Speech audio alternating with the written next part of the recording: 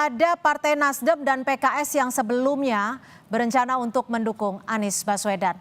Tapi ini kan sekarang masih berjalan, masih proses. Apakah menurut Anda ini ada sisi tawar-menawar di kursi kabinet atau seperti apa? Ya, kita melihatnya seperti itu. Dan kita mendapatkan informasi-informasi dan melihatnya seperti itu. Ya, jadi memang ada tawaran masuk kabinet, ya tawaran-tawaran untuk tidak mendukung Pak Anies atau menarik seperti itu. Dan tentunya ini akan sangat merugikan warga Jakarta untuk mendapatkan pemimpin yang berkualitas, yang mempunyai manfaat kepada rakyat. Lalu siapa menurut Anda pihak yang mendorong membuat ini yang tadi Anda sebut tekanan-tekanan itu? Sehingga menarik dukungan terhadap Anies? Ya, kalau ini kan kita bisa melihat, Mbak Cynthia. Jadi kita bisa melihat untuk lawannya Pak Anies siapa? Ya bukan musuh ya, lawan politik. Lawan politik artinya kita adu ya. Kan kemungkinan ini kan yang akan maju itu hanya Pak Anies dan Pak RK. Ya, seperti itu. Jadi sudah pasti dari kubunya Pak RK. Kubunya Pak RK itu siapa? Kim. Siapa di belakang Kim itu ya partai-partai itu. Tentunya mereka kan berkepentingan untuk memenangkan semua provinsi-provinsi maupun kabupaten. Itu tidak ada masalah. Jadi Anda ingin menyimpulkan bahwa ada memang upaya untuk menjegal Anies agar tidak maju pada Pilkada Jakarta? Seperti itu?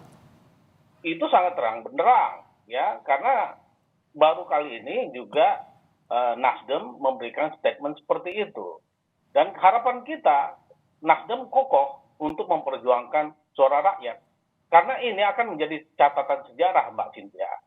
Ya, begitu juga Bang Doli. Ini juga harus. Bang Doli saya paham betul bagaimana kemarin mendukung RK di Jawa Barat. Dan sekarang Bang Doli legowo untuk kembali ke Jakarta dengan elektabilitas di bawah 10%. Ya, jadi Pak Anies 40, RK 8%, sedangkan RK di Jawa Barat itu 50% yang pasti menang karena hanya satu putaran. Tentunya ini ada tawaran yang hanya Bang Doli yang tahu. Saya tahu pasti Bang Doli sangat tahu gitu ya. Karena saya juga dilahirkan dari Golkar, begitu Bang Doli. Jadi saya sangat paham situasi ini. Jadi kita hanya berharap bahwa ini adalah catatan sejarah. Ya. Supaya kita semuanya berkepentingan jangan sampai membiarkan siasat-siasat jahat mencederai demokrasi. Oke, tapi jika nanti di ujungnya Nasdem tidak mendukung Anies, meskipun elektabilitas Anies ini tinggi, apa yang akan dilakukan relawan? Ya tentunya kita memperjuangkan terus supaya PKS dan Nasdem dan PKB itu jangan berkokoh. Supaya terus di jalan demokrasi memperjuangkan kemakmuran rakyat, baik di Jakarta maupun di Indonesia. Karena begini Mbak Cynthia, saya katakan berkali, ini adalah catatan sejarah yang bukan hanya catatan hari ini. Baik, Bang Doli, ini kan sudah dimantapkan Ridwan Kamil akan maju. Kembali konfirmasi dong, siapa wakilnya? Kalau kemarin Bang Ridwan Hisyam sudah menyebutkan Kaisang.